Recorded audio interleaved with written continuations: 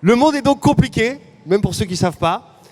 Il vous lance pas mal de défis. Il y a le défi de l'écologie, on en a parlé. Il y a les inégalités dont on parle beaucoup, qui sont malheureusement croissantes. Et puis il y a ce vaste sujet de la migration. Un sujet dont on va parler ce soir et pour lequel j'ai plaisir d'accueillir quelqu'un qui connaît son sujet particulièrement bien pour être un acteur de cette migration. Vous avez tous vu ces images de migrants. On est dans un monde aujourd'hui où les gens meurent en traversant la Méditerranée sur des petits bateaux qui flottent à peine. Eh bien, pour en parler, j'ai le plaisir d'accueillir donc quelqu'un qui a vécu ce cauchemar-là, ce parcours impossible. Il a 24 ans, il est guinéen et il s'appelle Mamadou Sow. Mamadou Sow, rejoignez-moi. On peut l'applaudir.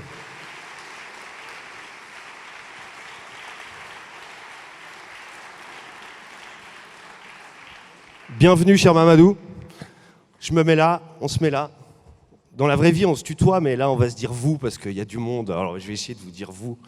C'est pas simple. Je vais essayer de résumer très rapidement, juste pour poser un peu le décor, ce qui vous amène là et quel a été votre parcours. Vous êtes né en 1997, vous avez donc 24 ans. Vous êtes né en Guinée. Vous avez eu, on le voit, une maladie à l'âge de 4 ans, c'est la polio, une maladie qui vous a privé en grande partie de l'usage de vos jambes. Vous viviez avec votre grand-mère, vous avez perdu votre grand-mère à 10 ans. Vous vous êtes retrouvé recueilli par le chef du village.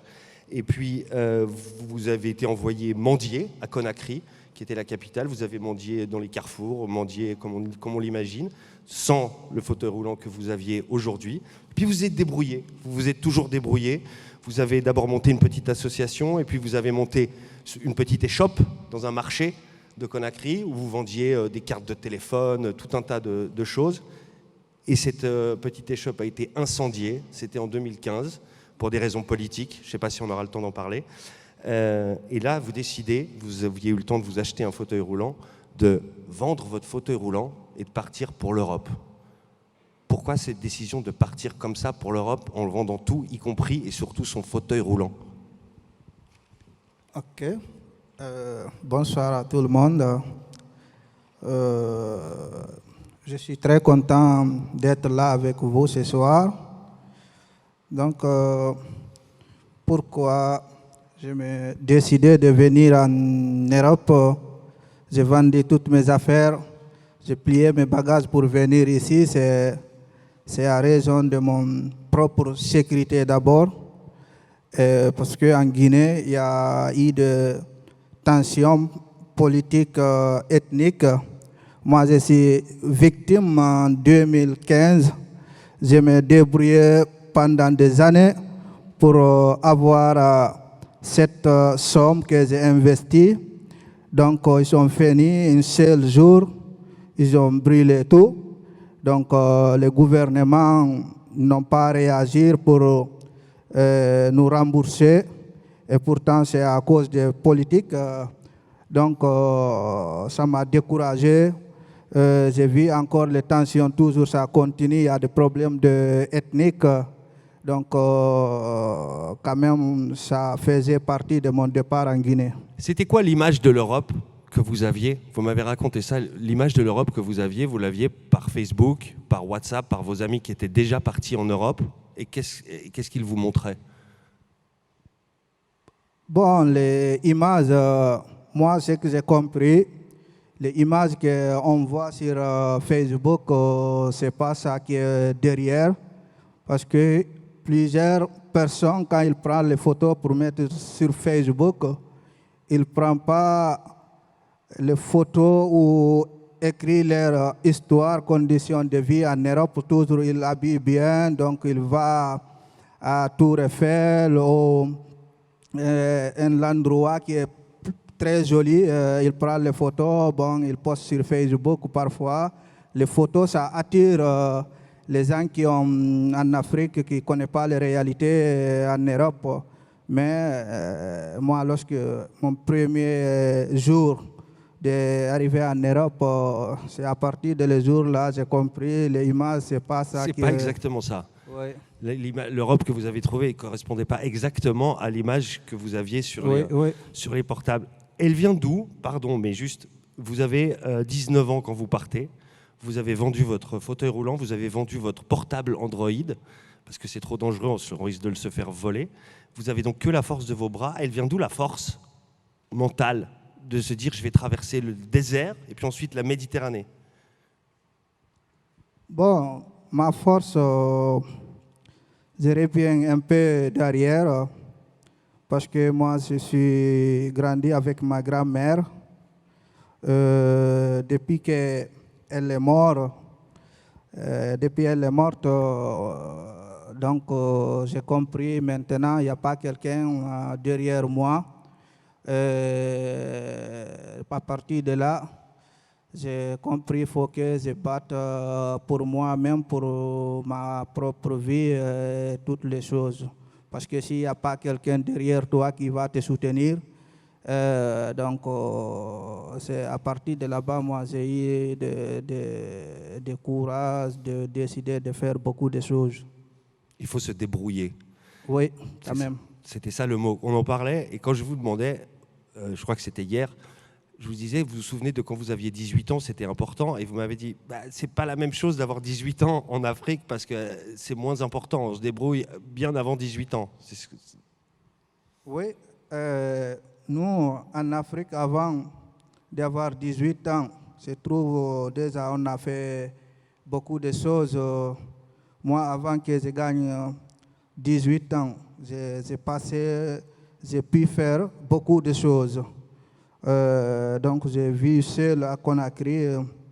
Donc, j'ai passé de faire des mendicités, de faire des cirage, chercher des places au marché, créer de l'association, faire plein d'activités. Donc, nous, en Afrique, plusieurs pays, avant d'avoir 18 ans, déjà, certains, ils trouvent déjà, il est marié, il a son enfant. Il y a une chose qu'il a fait aussi avant 18 ans, c'est apprendre le français tout seul en s'achetant un abécédaire et en déchiffrant le français, en l'apprenant comme ça, jusqu'à être capable de s'exprimer ce soir devant vous. J'avance un petit peu dans le voyage. Vous avez traversé le désert, vous vous retrouvez en Libye. En Libye, c'est là où vous rejoignez les passeurs.